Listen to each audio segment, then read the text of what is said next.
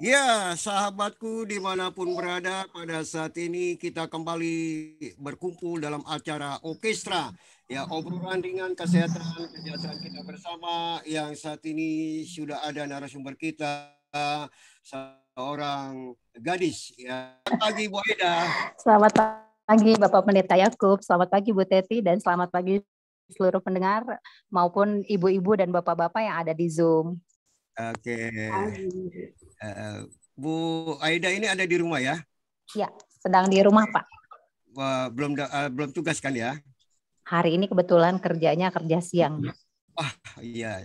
Jadi sudah diatur jadwalnya ya. Iya, betul. Baik Bu Aida.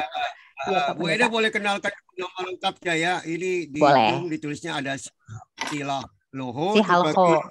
Ya, nama lengkap yang saya terima adalah Ibu Hertati Hotmaida. Silakan berikan nama lengkapnya dan domisilinya di mana. Baik.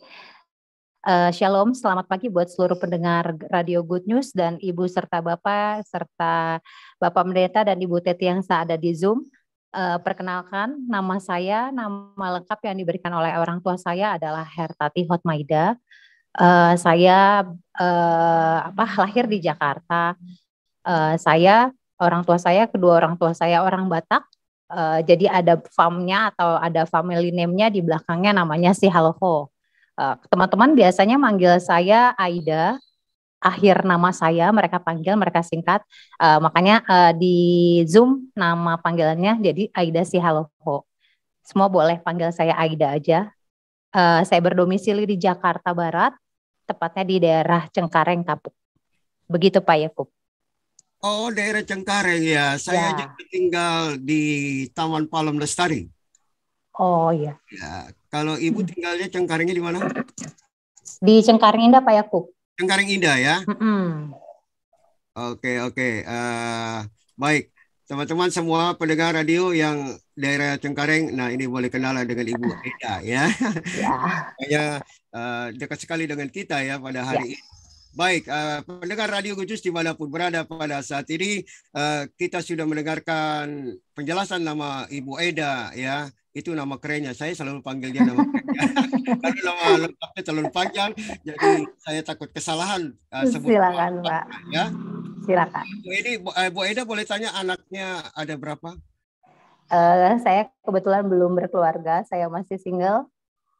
Oh, masih single ya? Ya, baik, teman-teman semua yang mau daftar silakan hubungi saya ya. Ya, dia harus melalui pendeta dulu hubungi ya, baru ini saya akan kontak kepada Ibu Eda yang masih single ya.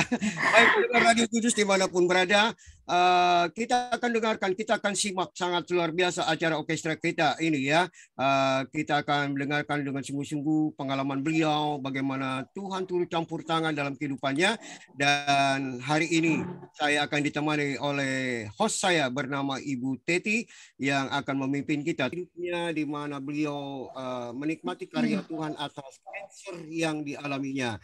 Baik, saya langsung serahkan kepada Ibu Teti yang akan memimpin kita untuk acara ini. Silakan Bu Teti. Ya, masih di-unmute. Ya, selamat pagi, shalom, selamat pagi semua pendengar Radio Good News. Pagi Bu. Ya, pagi Bu Teti. Halo. Akhirnya ketemu juga ya Bu kita. Betul, kita baru ketemu muka berhadapan dengan muka. Iya. Iya, cerah sekali Bu Aida ya Pak Yakub hari ini, pagi ini. Luar biasa juga. Ya, begitu juga semua. Ya, supaya Tuhan boleh tolong dapatkan pasangan hidupnya. Ya, ini doa seorang hamba Tuhan. Amin. Makasih Pak. Ya, begitu juga semua pendengar Radio Good News yang setia mendengarkan acara kita dimanapun kita berada. Baik yang sedang berkegiatan maupun yang sedang di rumah, semoga sehat selalu, sejahtera selalu di dalam kasih Tuhan. Begitu juga dengan teman-teman yang setia join di Zoom ini. Tadi yang sudah buka-buka kameranya saya lihat, wah luar biasa. Walaupun masih pagi, segar-segar. Oke, saat ini waktu itu berlalu begitu cepat ya. Sekarang kita sudah masuk aja di bulan Mei. dalam hitungan bulan udah bulan kelima dari 12 bulan yang ada. Karena itu marilah kita mempergunakan waktu-waktu yang ada, karena hari-hari kesempatan yang kita lalui itu tidak akan terulang ya Pak Yakub, begitu ya? Ya, betul. Iya, kalau ayat-ayat Alkitab saya serahin Pak Yakub. Oke. Ya, karena waktu-waktu berlari begitu cepat tanpa menunggu kita yang harus menyesuaikan dengan waktu yang ada, begitu ya? Iya. Halo Bu Aida. Iya, halo, selamat pagi Bu. Iya, bahagia sekali kami dari Radio Good News bisa berinteraksi dengan Anda secara langsung pada pagi hari ini. Terima kasih juga kami ucapkan atas kesediaan Bu Aida ini yang dalam kesibukan yang padat bisa akhirnya ya Bu Esther. Saya colek Bu Esther. Akhirnya bisa bergabung dengan kita untuk berbagi kasih Tuhan. Oke, kita akan mulai aja. Mungkin kita lanjutin dulu sedikit kenalannya ya.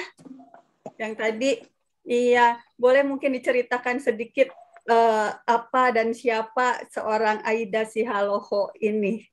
Silakan Bu Aida. Iya, terima kasih Bu Teti. Kegiatan atau aktivitas saya sehari-hari, saya adalah anak pertama dari 3 bersaudara. Adik-adik saya laki-laki, dua-duanya sudah menikah, kemudian punya 3 keponakan. Saya bekerja di salah satu rumah sakit, saya perawat. Ya, kegiatan aktivitas saya paling ya bekerja, kemudian aktivitas di gereja, ikut di dalam majelis gereja. Itu aja Bu. Wah, hebat juga ya. Aktif ternyata di dunia dan di ini ya kerohanian gitu ya. Itu anugerah Tuhan Bu, bukan karena kuat saya. Betul. Semua karena anugerah Tuhan yang kita alami, memang semua anugerah Tuhan gitu ya. Nah, di sela-sela kesibukan ibu yang padat ini tentu kadang kurang istirahat, kurang memperhatikan mungkin kesehatan tubuh, begitu ya. Nah, apakah kegiatan ibu yang padat ini berpengaruh terhadap fisik ibu selama ini gitu? Kalau ditanya berpengaruh, mungkin saya tidak menyadari ya Bu. Maksudnya dalam arti kata gini, terkadang kita manusia karena tidak aware mungkin, atau kurang aware, atau mungkin terlalu terlalu fokus atau terlalu aktif, akhirnya kita melupakan keseimbangan antara waktu beristirahat, waktu bekerja, bahkan waktu berekreasi. Nah, ya itu mungkin yang saya alami. Kebetulan saya tuh mungkin bisa dibilang gila kerja. Saya tuh suka sekali, atau saya tuh nggak bisa diem sebenarnya gitu ya. Maksudnya ada kegiatan apa di sana pengen ikut, ada kegiatan apa di sana pengen ikut gitu. Sampai satu ketika mungkin itu secara tidak langsung sedikit berdampak kepada kesehatan saya. Gitu. Ada beberapa kondisi kesehatan juga memang menyebabkan saya menjadi mungkin itu sedikit berdampak kepada kesehatan saya, yang bisa menyebabkan jadi cancer juga kali ya Bu. Maksudnya ketidakseimbangan antara istirahat, waktu bekerja, dan kemudian rekreasi gitu. Itu sih Bu yang saya rasain. Ya, berarti ada pelajaran penting yang bisa kita petik itu ya. Jadi semua harus serba seimbang. Betul. Kalau sedikit ada jomplang, cepat kita seimbangkan kembali gitu. Mungkin pesannya ya Bu Aida ya. Iya, betul. Iya, kalau boleh tahu nih Bu, kan Ibu dari 2019 ya. Iya. Itu seperti yang kita tahu, bahwa kanker di ginjal adalah jarang yang mengalami dibandingkan dengan kanker payudara yang banyak gitu ya, kanker daerah sekitar rahim ataupun di daerah kepala. Nah, ini ginjal ini agak jarang gitu ya. mungkin Ibu bisa sedikit ceritakan bagaimana sih kok sampai ketahuannya kok jadi kanker sih gitu ya. Kan saya misalnya gitu ya, kita cuma merasa sakitnya cuma sakit seperti ini, kok kenapa bisa jadi kanker gitu. Oke, baik Bu. Gimana tuh ya? Baik Bu, jadi kan waktu itu saya kerja tuh 3 shift, pagi, siang, malam. Terus kemudian saya itu bekerja sebagai perawat atau lulus perawat awalnya dari SPK tahun 98, kemudian saya sempat berhenti 1 tahun karena waktu itu karena lulusan SPK sudah jarang istilahnya diterima bekerja Bu, mereka hire-nya tuh butuhnya untuk yang D3 atau S1. Lalu kemudian saya lanjut D3. Saya potong dulu. Iya Bu. Mungkin pemirsa agak bingung juga SPK apa nih? SPK apa dulu nih gitu ya. Tolong sedikit diceritain. Kita nggak terlalu. SPK tuh sekolah perawat kesehatan. Jadi itu setara dengan SMA Bu gitu. Oh iya. Oke. Ya. Kalau dulu sekali SPR mungkin ya. Kemudian akhirnya saya bekerja, terus udah itu pas habis pulang kerja malam, saya itu ngerasa perut saya sakit. Spesifiknya di sebelah mana saya nggak jelas. Pokoknya di seluruh permukaan saya sakit gitu. Terus udah gitu sakitnya tuh apa ya? Dijelaskan istilahnya mungkin kayak kemules, kayak kepelintir gitu loh. Terus udah gitu saya biasanya kalau setiap kali habis pulang kerja malam, biasanya nggak langsung pulang karena saya akan ke koperasi dulu, koperasi karyawan. Di situ ada tempat buat makan. Lalu saya biasanya selalu makan dan minum dulu, minum susu atau apalah ya. Jadi istilahnya nanti ketika sampai di rumah jam 10 atau jam setengah 11, saya udah kenyang, lalu saya bisa langsung istirahat habis mandi, beres-beres. Jadi saya bisa tidur gitu Bu, karena berikutnya saya akan malam lagi.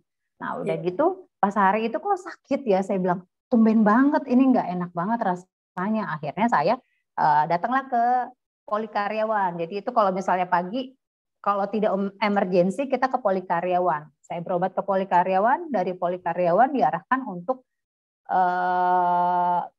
USG. Waktu itu sampai dokternya aja bilang, pokoknya Kak nggak boleh nggak berobat ya, harus berobat. Nanti kita antar sampai di poli. Saya bilang, tenang dok, tenang. Kali ini saya ngerasain sakit, jadi saya tidak akan nggak berobat gitu. Mungkin mereka pikir nanti saya saking merasa bisa dan sehatnya kadang-kadang suka nggak berobat memang Bu gitu. Ada udah itu berobat, dikonsul lah ke dokter penyakit dalam. Kemudian dari dokter penyakit dalam anjurannya untuk USG abdomen lengkap. Nah, kebetulan karena USG abdomen lengkap itu harus puasa 6 jam dulu, 4-6 jam. Akhirnya saya tunggu, saya pending di sore. Saya nggak pulang, nunggu di rumah sakit, di tempat saya bekerja, terus baru di situ di USG. Ketika di USG, curiganya dokter saat itu usus buntu. Nah, udah gitu akhirnya di USG, terus pas dilihat saluran cerna semuanya tidak ada hal spesifik yang signifikan yang perlu diatasi ya Bu. Sampai dokter radiologinya lihat di sebelah kiri dia melihat seperti ada tumor. Awalnya dia bilang gini, Kak maaf, mereka manggilnya Kak ya Bu sama saya. Terus Kak maaf, kalau misalnya selama berkemih apakah ada keluhan? Kenapa ya dok? Terus udah gitu apa ada sakit pinggang? Terus saya tanya lagi, terus dokter itu bilang, maaf ya Kak, saya harus mengatakan yang sejujurnya yang saya dapat gitu. Oh nggak apa-apa dok, saya lebih senang seperti itu gitu loh. Maksudnya saya lebih suka ketika dokter itu menyampaikan secara terbuka kondisi kesehatan saya. Lalu beliau menyampaikan kok rasanya saya melihat ada tumor di ginjal kiri kakak gitu. Akhirnya anjuran beliau untuk CT scan, lalu dirujuk kembali sama dokter penyakit dalam dan CT scan, kemudian dokter penyakit dalamnya ACC. Hari berikutnya saya langsung CT scan dengan kontras gitu. Dan di situ dari dokter radiologi yang lain yang lebih kompeten juga ya Bu di dalam bidangnya, beliau menemukan ada itu tadi sel RCC, jadi renal cell carcinoma gitu. Jadi keganasan yang ada di dalam sel di dalam ginjal gitu Bu. Itu yang saya dapat sih. Gitu. Oh baik, jadi ketahuannya dari USG ya? Iya, tapi kemudian ditunjang lagi dengan CT scan, betul? Ya, dilanjutkan dengan CT scan, menegakkan diagnosa seperti betul. itu ya. Wah, Betul, para Bu. pendengar, good people semua, ternyata sakit perut itu hanya sebuah gejala kalau Betul. bisa dibilang gitu ya, karena dia bisa bermacam-macam sekali ininya, apa namanya, penyebabnya ya gitu. Betul, Bu. Ya, Betul, jadi Bu Teti. ya kalau boleh saya himbau, kalau ada yang sakit di daerah perut ataupun di daerah tubuh kita yang lain dan itu nggak sembuh-sembuh, segera ke dokter, mungkin begitu ya. Iya, betul, Bu Supaya Teti. Iya, supaya cepat mendapatkan penanganan yang tepat Penanganan. sehingga tidak terlambat gitu ya. Iya, iya. Nah, Betul, Bu Teti. ya kebetulan Bu Aida sehari-hari di rumah sakit nih gitu ya. Nah, Iya. sekarang Dak, tiba-tiba diri kita sendiri yang sakit. Waduh, gimana itu rasanya ya? Biasa nolong Dibilang orang gitu ya. dibilang rasanya ya Bu, aduh, secara manusiawi saya mengakui gitu di dalam keterbatasan dan keberadaan saya awal-awal down banget Bu, karena waktu itu juga pas tahu maksudnya ya kadang kita perawat atau dokter kadang karena kita tahu diagnosa kita tuh berpikirnya udah terlalu jauh sampai apa ya sampai ke depan gitu ngeduluin Tuhan kali kadang-kadang ya gitu. Aduh, saya berpikir Tuhan mau apa lagi di dalam hidup saya saat ini gitu. Jadi saat itu 2019 saya sedang kuliah juga dari tahun Meneruskan. 2017. Ya, Ya, saya kuliah S1, kemudian saat itu saya sedang profesi. Jadi profesi itu sekitar 1 tahun, Bu. Itu itu di bulan ke-6. Nah, udah gitu saya sedang profesi. Sebenarnya kalau ditanya profesi itu berat-beratnya karena saya harus sambil bekerja, kemudian saya profesi juga, kemudian tugas rutinitas juga ada tugas kelompok, ada tugas individu, ada tugas bersama angkatan gitu ya Bu. Jadi lumayan ekstra tuh Bu saya di saat itu iya, gitu. Terus udah gitu tahun sebelumnya juga ketika saya lagi kuliah itu jari kaki saya patah. Itu patah. Terus tahun berikutnya saya harus diangkat ginjalnya karena ada kanker itu. Down banget sebenarnya kalau ditanya Bu gini, ya ampun Tuhan mau apa lagi di dalam hidupnya saya saat ini gitu. Ya pada akhirnya support dari keluarga, support dari teman-teman, support dari sahabat, support dari orang sekitar saya yang pastinya kekuatan dari Tuhan ya Bu. Maksudnya saya tidak akan pernah mampu untuk bisa melewati semua tanpa kebaikan Tuhan di dalam hidup saya. Itu sih Bu yang saya rasain. ya, semua karena Tuhan, kasih karunia Tuhan itu tidak pernah putus dalam hidup kita semua sebenarnya gitu ya. Tinggal kitanya aja aware nggak nih bisa mendengar suara Tuhan, nggak mungkin begitu ya Bu Aida ya. Iya. Oke, kembali ke ini nih perjalanan dengan kankernya nih ya, yang agak-agak unik gitu. Nah, setelah CT scan, apa langsung ditetapkan, oh Ibu ginjalnya harus diangkat, atau pengobatan apa dulu, atau mesti pemeriksaan apa lagi gitu? Oke. Jadi waktu itu dari dokter urologi di tempat saya bekerja, setelah itu kan Bu dari dokter penyakit dalam kelihatan nih spesifiknya ternyata CT scan ketemu ada tumor sebesar 2,9 kali 3,6, terus sudah itu di ginjal kiri saya. Terus dari situ dirujuk kembali ke dokter urologi. Dari dokter urologi beliau bicara ini udah istilahnya didapatkan hasil dan didiagnosa kalau misalnya ke arah tadi ya Bu keganasan di dalam ginjal. Terus baru beliau minta untuk dirujuk kembali ke dokter yang lebih kompeten. Harapan beliau tadinya ginjal itu mau diangkat sebagian. Jadi sebagian ya. Jadi maksudnya parsialis. Terus udah gitu dengan harapan apa ya Bu, dengan aktivitas dan kegiatan saya itu istilahnya saya akan lebih punya chance lebih besar lah gitu ya Bu, peluang lebih besar gitu. Nah, terus udah gitu beliau bilang, mohon maaf saya belum bisa melakukan, maksudnya dia nggak bisa sebagian, itu hanya beberapa dokter saja dan dia merekomendasi 2 dokter, satu di RSCM, satu lagi di Fatmawati. Nah, udah tuh saya bilang, baik dok, kebetulan karena saya tadi sambil profesi ya Bu, saya kuliah di Karolus, kemudian saya kerja di daerah Jakarta Selatan, rumah saya di Jakarta Barat. Akhirnya saya cari tempat yang agak dekat dengan kerjaan saya.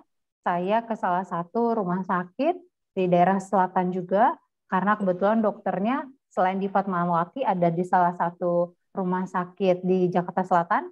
Kemudian di situ seksi itu, nah dia nanya nih pas seksi itu Bu, di situ orang tua saya belum tahu.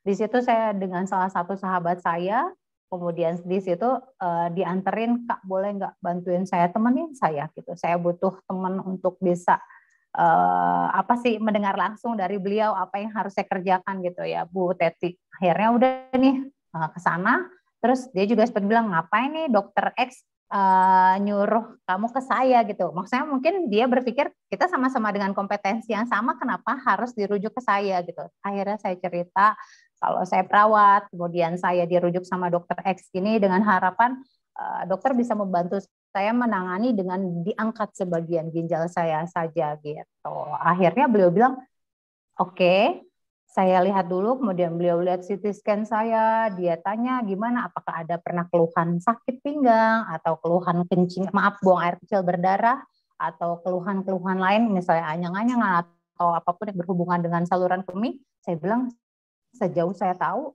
enggak gitu ya. Memang saya kebetulan sering sakit Bu, maaf, ketika menstruasi saya sering sakit memang. Saya berpikir kalau setiap bulan saya datang memang pinggang sakit ya Bu. Saya berpikir nggak macam-macam gitu. Nah udah gitu ya udahlah, karena mens itu doang kali ya, saya pikir gitu kan Bu. Terus udah gitu kadang ada teman saya ini, sahabat saya ini, si Kak Diana ini bilang, enggak, kadang-kadang ingat gak sih kalau kamu lagi jalan nih, kita lagi jalan gitu ya, kamu tuh suka bilang, Kak bentar ya Kak, aku mau minum kok, pinggang aku sakit, pinggang aku pegel gitu. Saya tuh nggak pernah berasumsi atau berpikir macam-macam ya Bu. Saya cuma bilang, mungkin ini karena kurang minum Kak, kata saya gitu. Udahlah Bu, akhirnya si dokter itu bilang, saya akan melihat kondisinya ketika nanti saya di meja operasi. Saya tidak bisa janji akan mengerjakan, bisa mengangkat sebagian, tetapi nanti kalau memang memungkinkan kondisinya, saya akan angkat sebagian. Tetapi kalau memang pada akhirnya saya lihat kondisinya tidak memungkinkan, saya harus angkat seluruhnya. Ya, saya bilang, baik dokter, saya setuju dengan apa yang dokter sarankan. Saya minta bantuan dokter yang terbaik buat saya, dan menurut dokter, saya percayakan kepada dokter. Akhirnya udah Bu, dia nanya punya BPJS enggak? Dia bilang kan karena memang operasi itu kan cukup besar ya Bu, operasi besar, bahkan bukan cukup besar, operasi besar, beliau sarankan kalau memang ada BPJS, pakai BPJS aja. Akhirnya ada dokter, coba kendalanya nih Bu, kan maksudnya dari barat nggak bisa langsung nyebrang ke selatan kan Bu. Oh ya, kan harus aturan ya. Betul, itu harus berjenjang gitu loh Bu. Terus akhirnya saya tanya sama beliau, Dok, saya kan di barat ya Dok, saya nggak ngerti tuh Bu, BPJS juga ya, selama ini berobat karena kerja di rumah sakit, ya di rumah sakit tempat saya bekerja kan Bu. Terus udah gitu, maksudnya nggak pernah ada bayangan. Terus akhirnya beliau bilang, baik nanti di barat, ini di rumah sakit mana gitu. Saya sebut salah satu rumah sakit X, baik nanti kamu di situ ada dokter ini, nanti saya akan kasih rujukan, nanti dia akan merujuk kembali untuk bisa dibawa ke Fatmawati. Gitu sih Bu. Akhirnya jadilah di Fatmawati dikerjakannya. Oh, berarti di rumah sakit dokter yang kedua ini gitu ya? Betul, direkomendasi karena harapannya tadi maunya sebagian sih Bu. Gitu.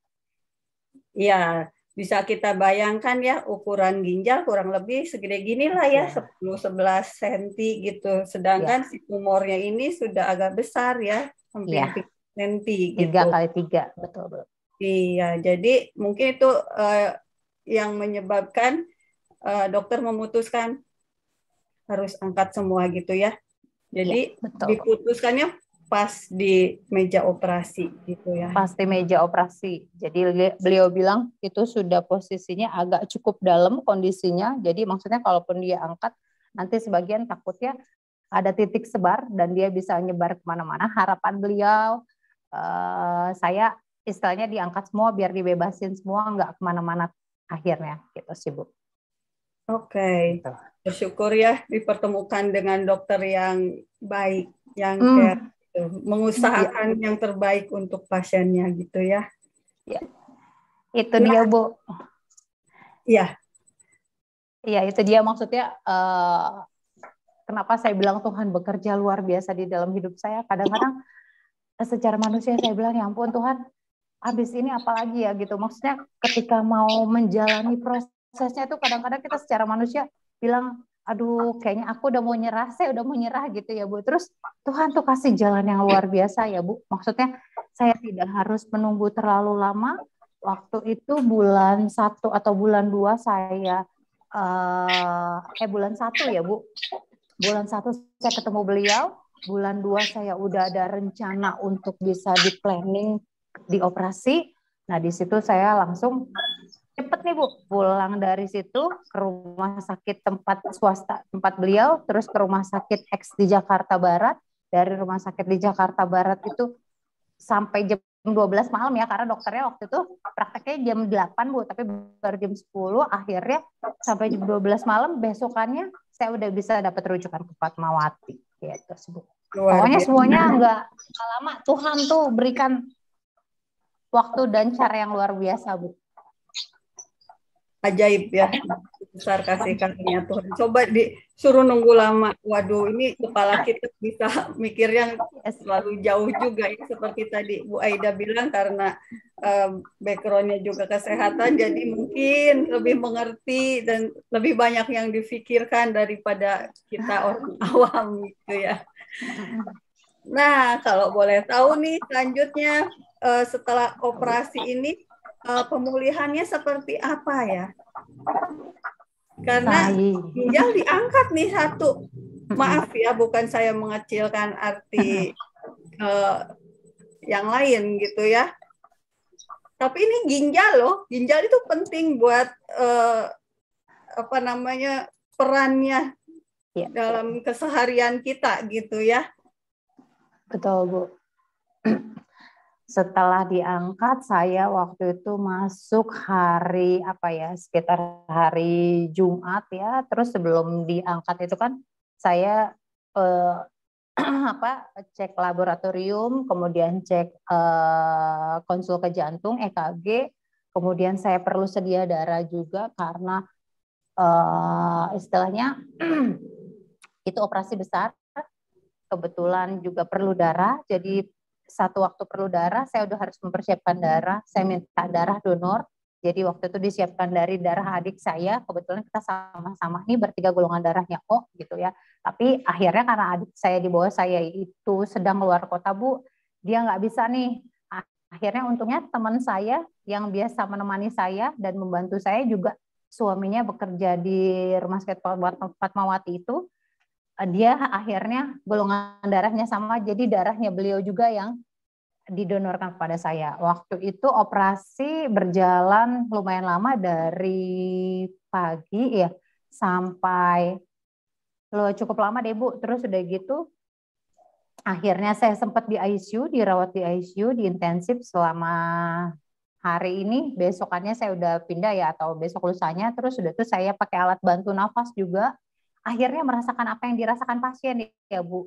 Saya pikir gini, oh my God, begini ya rasanya, ternyata diintubasi gitu ya Bu, dimasukin alat bantu nafas sampai ke paru-paru.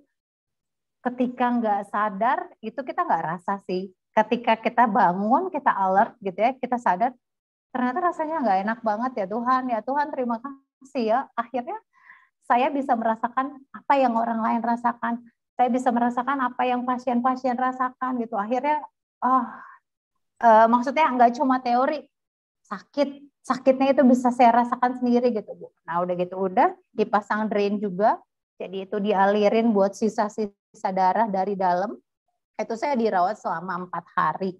Habis itu saya pulang, perawatannya masih seperti biasa aja sih, kayak operasi biasa, cuma karena kebetulan bekas drain kan biasanya masih kayak ada lubang ya Bu. Jadinya saya mandinya belum mandi jebur-jebur, kemudian saya kontrol seperti biasa. dari dokter sih pengobatannya nggak ada pengobatan apa-apa. Selesai operasi saya hanya minum, ada salah satu saya lupa ya, obat itu direkomendasi oleh dokter tersebut seperti vitamin atau herbal, tapi cuma minum sebulan, habis itu udah nggak minum apa-apa lagi.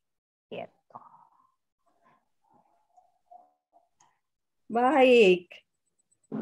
Nah, tentu ini suatu pengalaman kehidupan yang luar biasa dan juga pengalaman iman yang luar biasa gitu ya. Nah, ya baik pendengar radio sekalian, sebelum kita lanjutkan, bagi yang hendak bertanya atau memberikan dukungan moral atau apapun, silakan bisa melalui WhatsApp atau SMS ke nomor 0818 769161 atau ke 0818 941137. Dan bagi Anda sekalian yang join di Zoom, silakan Anda bisa raise hand atau bisa tulis komentar Anda di kolom chat, nanti akan kita bacakan.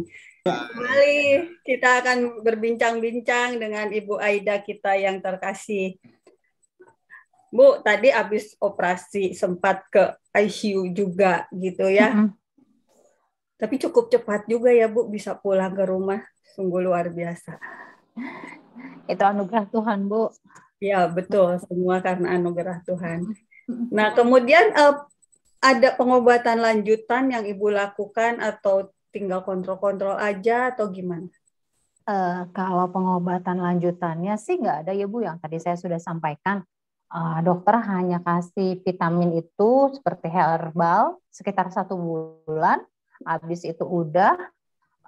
Paling saya kontrol tiap 3 bulan, waktu itu saya periksa urin sama periksa lab, jadi ureum kreatinin, jadi lihat fungsi ginjal, itu tiap 3 bulan awal-awal, terus udah gitu kalau CT scan waktu itu tiap 6 bulan. Tiap 6 bulan, betul. Tiap 6 bulan itu sampai kemarin, tahun ketiga. Setelah itu dokter udah lihat istilahnya kemajuannya dan progresnya, dan puji Tuhan tetap dalam kondisi baik, dan menurut beliau ya sementara itu kan tetap kontrol sampai 5 tahun ya Bu. Jadi bisa tiap setahun aja dulu gitu. Tapi untuk pemeriksaan lab saya biasanya tetap masih concern tiap 6 bulan lah minimal. Gitu Bu. Oh, jadi kalau nggak ada minum-minum apa-apa lagi. Ya, maaf kalau sepengetahuan saya orang awam, orang kanker itu pasti nanti habis operasi ini harus ada kemo minimal atau radiasi gitu. Nah, kalau kasus Ibu Aida ini kanker ginjal ini, jadi setelah operasi udah gitu ya, nggak ada pengobatan lanjutan, tinggal kontrol-kontrol begitu.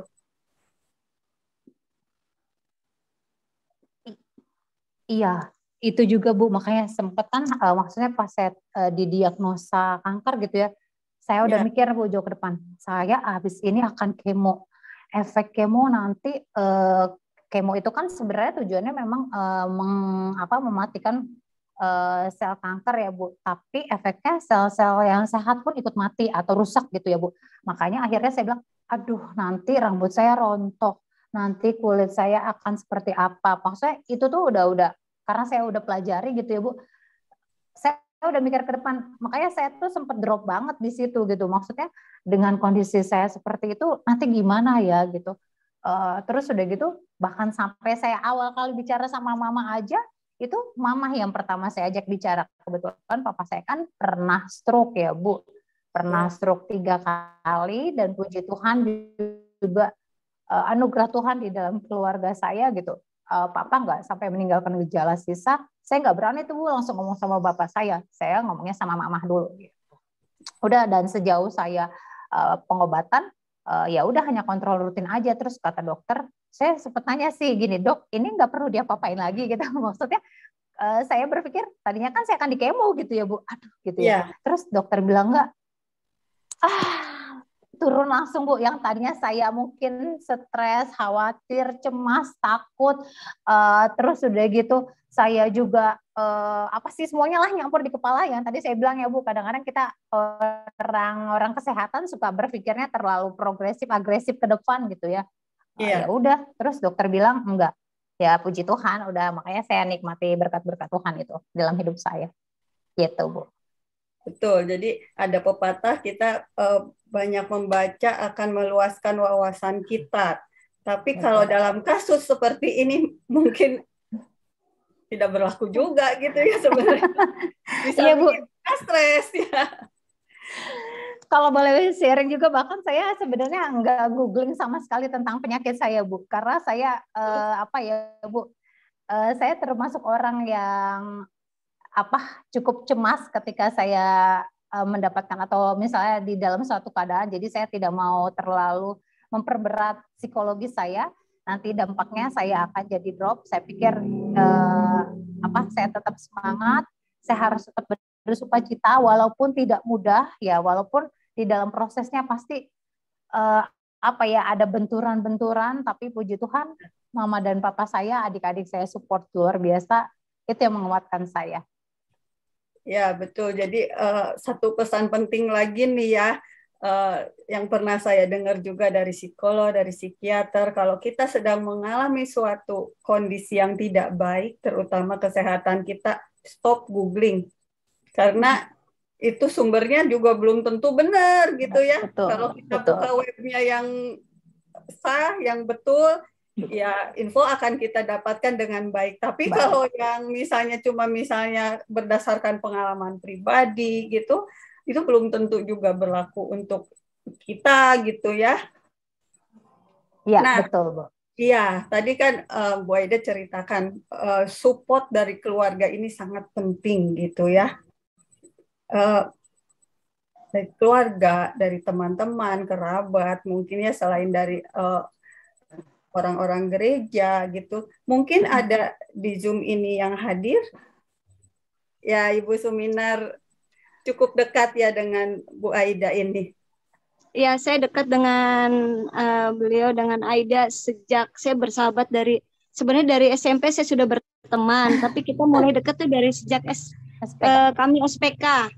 Dari kami SPK ya. Bareng sampai kuliah, kebetulan tapi kuliah Aida program yang pagi, saya program yang sore. Sampai dengan saat ini saya berteman dan kami termasuk ya dekat lah. Saya tahu dari perjalanan proses sakitnya dari awal sampai dengan akhir, sampai dengan dari awal Aida ada kista, terus kena cancer. Saya kebetulan mengikuti perjalanannya. Dan saya bersyukur juga punya sahabat yang benar-benar sahabat yang kuat, sahabat yang benar-benar tidak gampang down, sahabat yang benar-benar hebat kalau menurut saya. Dan kebetulan kami memang berbeda keyakinan, tapi kami tetap bersahabat sampai dengan saat ini. Ya, kita tidak berharap buat sekat-sekat itu ya. Saya sih berharap sampai kapanpun Aida tetap semangat, tetap cita-citanya tetap digapai sampai setinggi mungkin, tapi dengan catatan tetap menjaga kesehatan paling utama, itu aja. Ya, Bu, maaf, selama Ibu mensupport Bu Aida ini penting juga ya kita semua pendengar ketahui gitu, support seperti apa sih Bu yang penting untuk kita berikan kepada seorang survivor cancer ini Bu? Support itu sebenarnya banyak hal ya, bisa dari keluarga, dari diri Aida sendiri, dari lingkungan pekerjaan, dari teman-teman. Yang paling utama kalau saya sebagai sahabat itu ya selalu mengingatkan untuk kesehatan paling utama. Terus yang kedua, tidak berfokus dengan banyak orang, lebih untuk ke diri sendiri. Karena Aida tuh orangnya tipe orang yang tidak enakan, tipe orang yang mau berbagi untuk banyak orang, tipe orang orang lain daripada untuk dirinya sendiri. Berharap tetap terus semangat walaupun sudah kena cancer, tapi tetap sehat yang utama, dan cita-cita tetap selalu dikejar, itu aja. Ya, yang penting kita sebagai caregiver-nya gitu ya, orang-orang terdekat mungkin selalu support. Terlebih jika kondisi teman kita itu sedang down gitu ya, Bu. Iya, terima kasih Bu. Iya, betul. Harus berbaginya. Iya, baik. Tetap sehat, Bu. Tetap semangat. Terima kasih. Oke. Terima kasih ya. Nah, setelah ginjal hilang satu gitu ya, berarti tinggal satu. Bagaimanakah melanjutkan keseharian? Terlebih sebagai seorang perawat gitu ya, yang kerjanya nggak kenal waktu. Kalau saya bilang ya ganti-ganti shift, kita harus angkat topi berterima kasih dengan para perawat, dokter, tenaga medis lainnya gitu. Gimana tuh Bu, bisa berkegiatan normal kembali itu setelah berapa lama?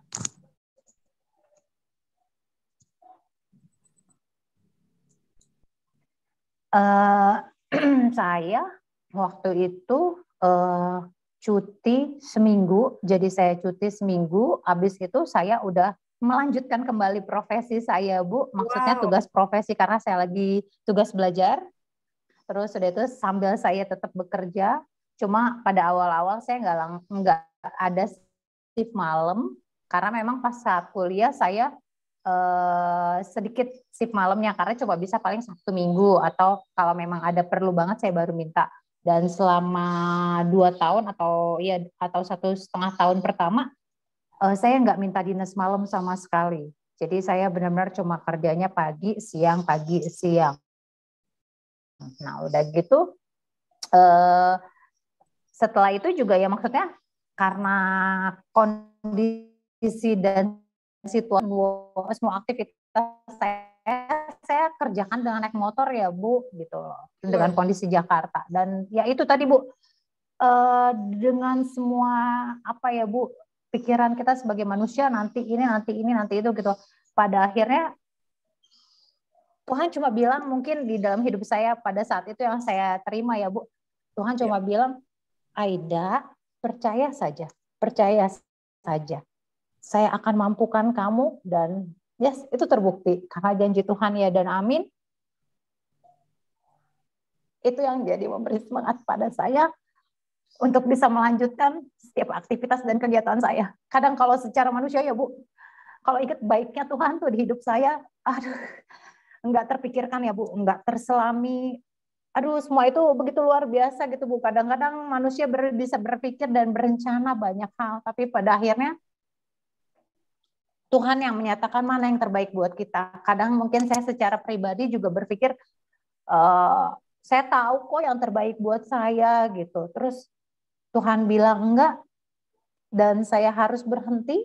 Pada saat berhenti itu Tuhan cuma minta saya untuk mendengarkan suara Tuhan, dan disitulah pada akhirnya saya, yes benar ya Tuhan, maaf kalau selama ini saya terlalu egois atau saya terlalu mungkin mengatur Tuhan kalau kata teman saya gitu. Ya pada akhirnya dari proses belajar itu saya belajar untuk bisa sekejap berhenti, kemudian akhirnya Tuhan cuma bilang, Aida, percaya saya, itu aja. Gitu. Ya, kuncinya hanya satu, percaya. Tuhan akan menolong kita tepat pada waktu yang Tuhan maksudkan gitu ya. Ya, para pendengar, good people semua, sungguh saya pribadi tak terbayangkan. Operasi pengangkatan ginjal itu kalau bagi saya pribadi, operasi besar ya. Sempat masuk ICU dan cuti hanya seminggu. Kalau bukan kasih karunia Tuhan, saya pikir itu tidak mungkin ya. Kadang kita sakit luka aja lama sembuhnya kalau lukanya itu dalam. Ya. Nah ini operasinya besar gitu ya. Nah dalam keseharian Ibu ada yang berbeda enggak nih? Setelah operasi dan sebelum diangkat ginjalnya, karena ginjal tinggal satu toh. Setelah ginjal saya kehilangan belahan jiwanya, Bu. Iya betul. Sementara saya juga belum ya. ketemu belahan jiwa saya ya, Bu. Iya. Terus udah gitu, sejauh saya merasakan jika harus saya bandingkan, maksudnya kondisi saya ketika ginjal saya masih 2 dengan ketika kondisi ginjal saya hanya tinggal 1, jelas berbeda. Karena saya jadi cepet capek. Mungkin biasanya saya pulang off malam, biasanya kan kalau dinas malam-malam lepas tuh pulangnya pagi, libur, kadang-kadang lepas libur aja itu saya masih suka main kemana atau berkunjung kemana gitu. Terus tiba-tiba sakit, terus tiba-tiba juga pandemi, terus udah gitu tiba-tiba saya tadinya mau ikut komunitas kemana ya, terus Tuhan bilang berhenti dulu sejenak Aida. Saya langsung bilang, ya itu salah satu dropnya saya ya Bu, saya langsung gini, aduh Tuhan mau apa lagi ya, kok Tuhan tiba-tiba pandemi ya, saya kan maksudnya saya pengen ikut komunitas apa, jadi saya nggak ngerasa saya sendirian, atau saya nggak ngerasa saya yang paling sakit, yang paling ini, ternyata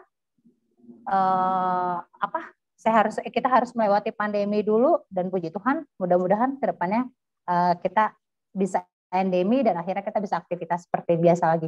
Ada Bu, jelas ada dampaknya. Jadi lebih cepat capek sih, sedikit lebih cepat capek. Iya, pasti ya, karena ada ya seperti Ibu tadi bilang, belahan jiwanya udah hilang. Jadi nggak ada yang support, nggak ada yang bantuin gitu. Iya, backup-annya nggak ada gitu ya. Betul. Baiklah, sudah cukup lama kita berbincang-bincang. Mari kita beri kesempatan Bu Aida untuk istirahat sejenak. Mungkin Ibu bisa berdiri dulu atau apa, karena duduk terlalu lama juga kurang baik ya Bu ya. Ya. Baik, para pendengar Radio Good News, Good People semuanya. Sangat-sangat benar ya, Tuhan pasti tahu apa yang kita butuhkan.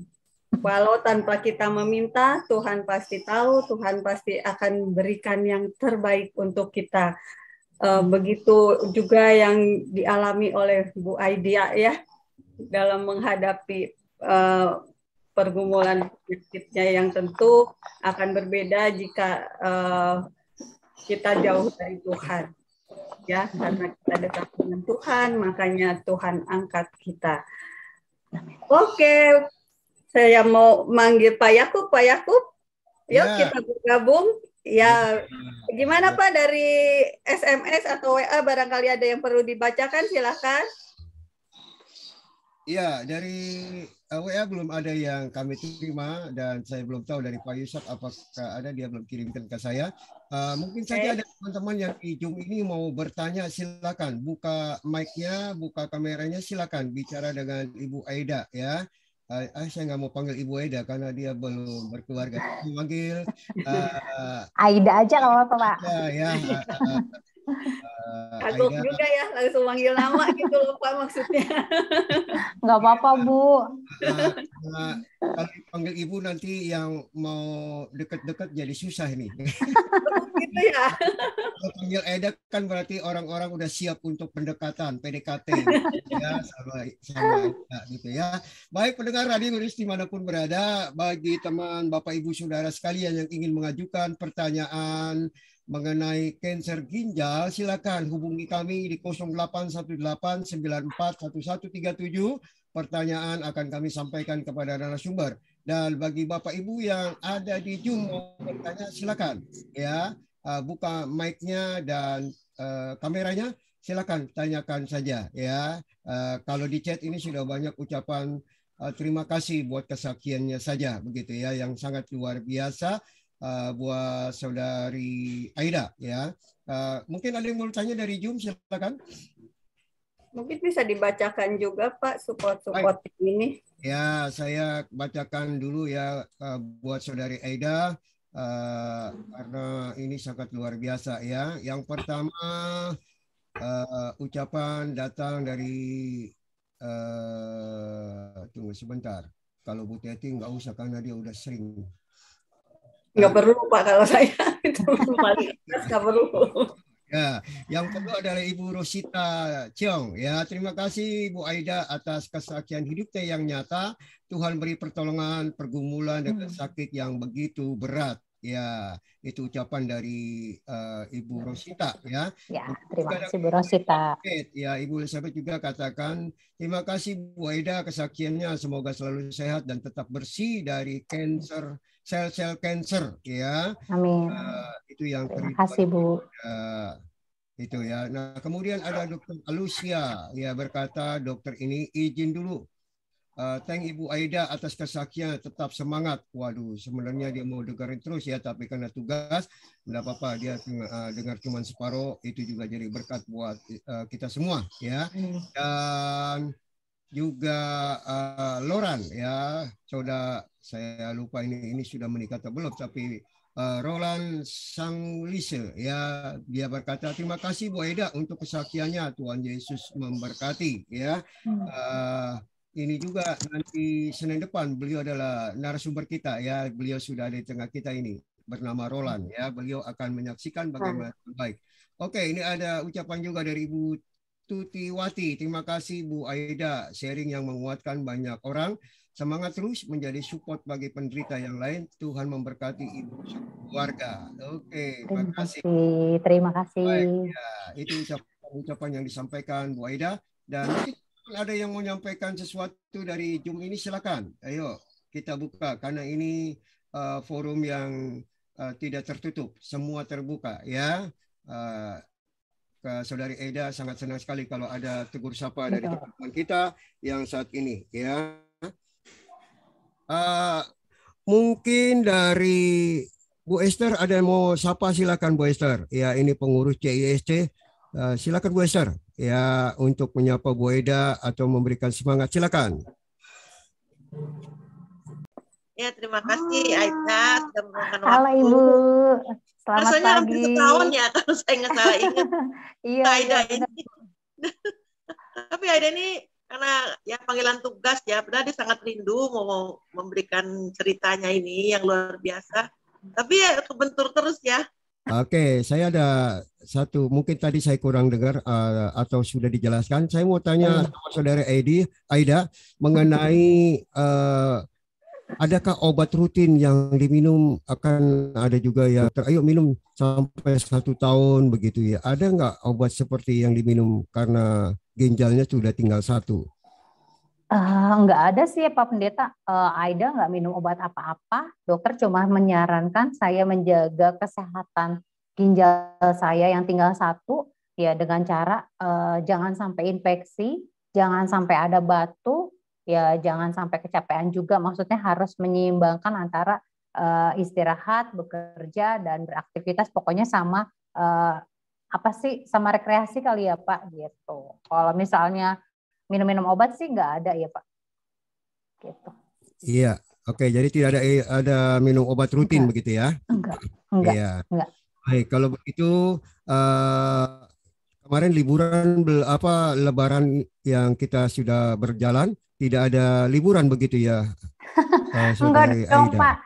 Saya kan nggak Lebaran, jadi harus teman-teman yang Lebaran itu aja. Kadang-kadang mereka kebetulan kalau memang mungkin kan bisa gantian liburannya. Kadang-kala ada yang tidak sama sekali Pak, mesti nunggu 1-2 tahun bergantian. Akhirnya mereka harus bergantian. Saya tetap masuk Pak, gitu. Oke. Tapi tetap ada libur sih. Ya, tadi kan diceritakan perlu ada liburan. Rekreasi. Yuk ditunggu tuh di Ancol ya. Rekreasi. Jadi saudara Aida harus refreshing ya supaya jangan stres karena memang tidak diinginkan ya. Memang sakit yang kita alami itu tidak boleh stres ya. Karena dokter juga sudah menyarankan kita harus happy, kita harus sukacita begitu ya. Kita bawa saja. Makanya saya punya foto-foto di status saya selalu jalan-jalan, kasih unjuk teman-teman di grup cancer. Yuk kita mau happy-happy saja. Walaupun kadang-kadang ya ada kaki pegel juga naik ke gunung begitu ya. Kita coba belajar untuk happy begitu ya. Walaupun tempatnya bagi kita mungkin kurang menyenangkan, kita mau happy saja ya. Jadi saya berharap saudari Aida boleh ambil waktu untuk refreshing ya. Saya sudah telepon pihak Ancol untuk menunggu Eda untuk refreshing.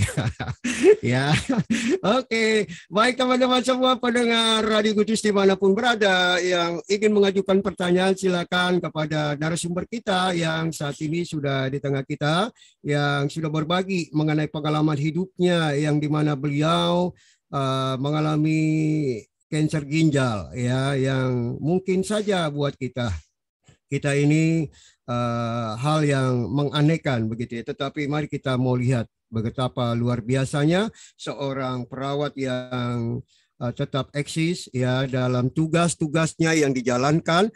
Mereka boleh tetap menikmati sungguh luar biasa pertolongan Tuhan ya. Ayo mari semua teman-teman yang ada di tempat kita ini semua ya, sebelum saya mengakhiri kalau tidak ada pertanyaan saya serahkan dulu kepada Bu Teti. Mari Bu Teti. Ya baik, terima kasih Pak Yakub. Nah kita kalau boleh tahu nih ya Bu Aida, kiat-kiat menjalani hari-hari setelah, tentunya segala sesuatu akan berbeda dari yang lain. Mungkin ini penting juga bagi para pendengar radio kita ya Pak Yakub ya. Bagaimana ya, bisa tegak kembali menjalani hari-hari setelah operasi ini. Maaf Bu Aida, mic-nya ke-mute. Oh ya. Ya, baik. Terima kasih Bu Teti. Kalau dari pengalaman saya pribadi yaitu tadi ya Bu, pastinya satu, yang pertama adalah kita harus bersandar dan percaya dengan Tuhan, karena Tuhan pasti tahu yang terbaik buat setiap umatnya gitu. Kadang-kadang kita berpikir kita paling tahu apa yang terbaik dan yang paling pas buat kita, tapi ternyata di mata Tuhan bukan itu gitu. Jadi kita perlu punya hubungan pribadi dengan Tuhan yang semakin intim. Nanti kita bisa mendengar suara Tuhan di situ. Kemudian untuk keseharian pastinya kita harus punya keseimbangan yang tadi saya bilang, harus antara waktu bekerja, waktu beristirahat, maupun waktu untuk rekreasi harus seimbang. Nah yang ketiga, yang perlu poin penting juga saya perlu garis bawahi, ketika respon tubuh kita sudah memberi sinyal bahwa kondisi kesehatan kita kurang pas, itu jangan ditunda lama-lama, langsung segera ke dokter, kepada yang kompeten. Nanti di situ bisa segera diketahui atau ditata laksana, jadi tidak semakin panjang ataupun parah.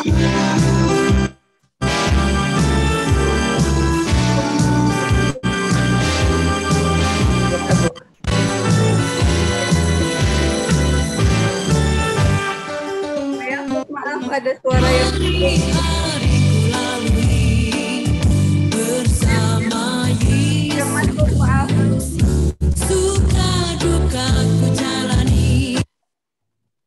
Oke, ya terima kasih.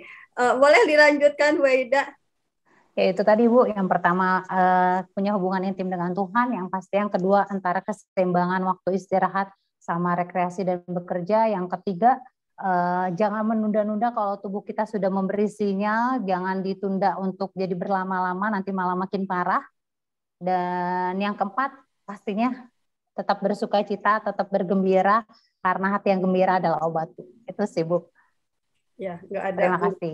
Yang lain ya, hati yang gembira adalah obat. Baik, jadi ada 4 kiat yang sudah tadi Bu Aida sebutkan. Nah, kalau untuk keseharian nih, karena ginjalnya cuma 1, apakah ada pantangan-pantangan tertentu selain istirahat yang cukup, kita tetap bersukacita, kita tetap dekat dengan Tuhan. Nah, secara jasmaniah, adakah yang harus dilakukan? Sejauh saya tanya sama dokter ya Bu, saya tanya ya nggak ada sih ya Bu, nggak ada. Maksudnya dari para dokter itu nggak bilang ada pantangan makan ini atau makan apa. Paling ya itu Bu, semua dalam porsi dan koridornya, dalam arti kata enggak berlebihan, tapi juga enggak kurang gitu. Jadi nanti tubuh kita tetap butuh itu, tapi juga kalau kelebihan nanti kan memperberat fungsinya kan Bu. Salah satu fungsi ginjal kan adalah filtrasi gitu ya. Jadi nanti malah dia keberatan, atau saya nggak boleh terlalu banyak mengkonsumsi obat, pastinya itu. Kebetulan kan ketika dulu saya mungkin sering sakit menstruasi mungkin karena sering minum obat painkiller, pengurang rasa sakit sekali. Nah, sekarang saya sangat minimal untuk minum obat gitu. Itu aja sih, Bu. Oh, begitu. Jadi kalau obat kimia memang harus dibatasi gitu ya. Tapi kalau untuk vitamin, suplemen supaya misalnya lebih bugar, terlebih suster ya, kadang jaga malam orang lain istirahat tidur ini harus melek gitu ya. Harus siap siaga dengan kondisi apapun. Gimana itu, Bu? Kalau Aida pribadi dari dulu agak jarang ya Bu, karena dengan makanan yang kita konsumsi aja itu sebenarnya udah cukup gitu. Kalaupun misalnya sekali waktu kayak kemarin kondisi COVID adalah beberapa kali atau beberapa waktu ya Bu, biar sebagai support saya minum suplemen gitu ya, minum multivitamin, tapi saya minumnya dibarengi dengan asumsi cairan atau minum yang banyak, jadi nanti ketika sisa-sisanya dia nggak tertinggal di ginjal, jadi dia keluar melalui urin gitu Bu. Tapi kalau memang nggak perlu, saya nggak minum. Karena tadi itu dia katanya dokter kan, dijaga ginjalnya biar tetap sehat, dijaga biar dia nggak infeksi, dijaga biar dia nggak batuk gitu. Oke, kalau makanan tidak ada batasan istilahnya gitu ya. Kalau cairan, kita kan orang normal misalnya 2 liter sehari gitu. Sekarang ginjalnya tinggal 1. Jadi asupan cairannya gimana? Waktu itu saya awal-awal minumnya malah lebih banyak tuh Bu. Saya minum bahkan sampai bisa 4,5 liter sehari. Terus udah gitu saya sempat minta dikonsulkan ke dokter nefrolog. Jadi kan ada urolog, ada nefrolog ya Bu. Dari dokter nefrolog sih beliau bilang nggak perlu berlebihan juga, kata beliau 2,5 liter atau 3 liter udah cukup kok Mbak Aida katanya. Jadi ya udah sekarang jadi udah sedikit pula dikurangin, ya paling cuma 3 liter paling. Yang penting dijaga biar dia nggak infeksi sama batu aja sih. Gitu ya. Jadi 1 ginjal, 2 ginjal nggak banyak pengaruh sebenarnya ya seharusnya. Mungkin pengaruhnya dari sini ya. Iya, kadang ya. Seperti apa mungkin? Ya kalau misalnya itu ya paling itu sih Bu, mungkin mindset ya, maksudnya makanya saya coba apa sih? Ya itu sih yang saya alami, yang maksudnya dokter bilang jangan sampai infeksi, jangan sampai batuk. Ya udah saya minum aja yang banyak gitu. Yang lain-lain ya udah dinikmati aja Bu. Iya. Mari kita nikmati saja hidup ini gitu. Karena hidup cuma sekali, cuma jangan kebablasan juga. Betul nggak Pak Yakub? Betul. Ya, betul. Kalau yang kebablasan remnya blong, wah ini yang bahaya gitu ya. Betul Bu. Oke. Nggak kerasa ya bincang-bincang kita pagi ini sangat mengasihkan, sangat banyak manfaat, sangat mencerahkan, membuat spirit kita kembali naik gitu ya. Nah, satu lagi mungkin last question ya. Berkecimpung di dunia kesehatan, selalu hampir setiap hari itu kan berurusan dengan orang sakit gitu ya, berada di lingkungan rumah sakit. Boleh dong tahu kiat sehat selama COVID ini? Ini penting ya Pak buat kita semua gitu. Karena walaupun sekarang sudah melandai, tentu kita masih tetap harus waspada gitu ya. Kebetulan narasumber kita kompeten nih. Karena hampir tiap hari di rumah sakit setidaknya 8 jam gitu ya. Kita yang di rumah aja was-was gitu ya. Gimana nih kiatnya? Paling kiat selama pandemi ini ya Bu, walaupun sekarang ya sudah mulai landai, mudah-mudahan nanti akan semakin lebih baik dan kondisi Indonesia juga akan pulih. Yang paling penting adalah satu, kita harus tetap menjaga prokes. Prokes itu kan sebenarnya ketika awal 5M ya Bu, bahkan ketika ada si yang kemarin itu juga si COVID-nya makin banyak tuh sampai 6M. Si Omikron itu sampai 6M gitu ya, maksudnya kita harus makan juga sendiri-sendiri gitu kan sebisa mungkin. Ya, paling penting itu sih Bu, prokes, cuci tangan. Karena sebenarnya penularannya itu si COVID melalui tangan. Jadi kita harus rajin cuci tangan, kemudian pakai masker, karena memang kan istilahnya semua orang sih kebetulan sudah vaksin kedua, mudah-mudahan ya Bu. Walaupun beberapa orang mungkin belum booster. Jadi resiko itu tetap masih ada. Kita kan nggak tahu nih kondisinya karena udah sehat atau udah divaksin, kadang-kadang itu tidak bergejala. Jadi tetap alangkah lebih baiknya tetap pakai masker, tetap cuci tangan. Kalau bisa jaga jarak. Dan selebihnya ya kita harus makan yang sehat, memperhatikan istirahat, sama tetap sukacita. Itu Bu. Ya, itu yang penting ya, kita tetap sukacita. Khawatir boleh, takut boleh. Betul. Tetap bersukacita, bersyukur atas pemeliharaan Tuhan. Baik. Karena waktu juga yang akan memisahkan kita, tentu di penghujung acara ini kami mengucapkan terima kasih kepada semua yang sudah join, baik di Zoom maupun para pendengar radio semua. Kita akan bertemu kembali Senin depan. Selamat beraktivitas, sehat selalu, gembira selalu. Saya kembalikan kepada Pak Yakub. Terima kasih Bu Teti. Ya, terima kasih buat Ibu Teti yang sudah memimpin acara kita.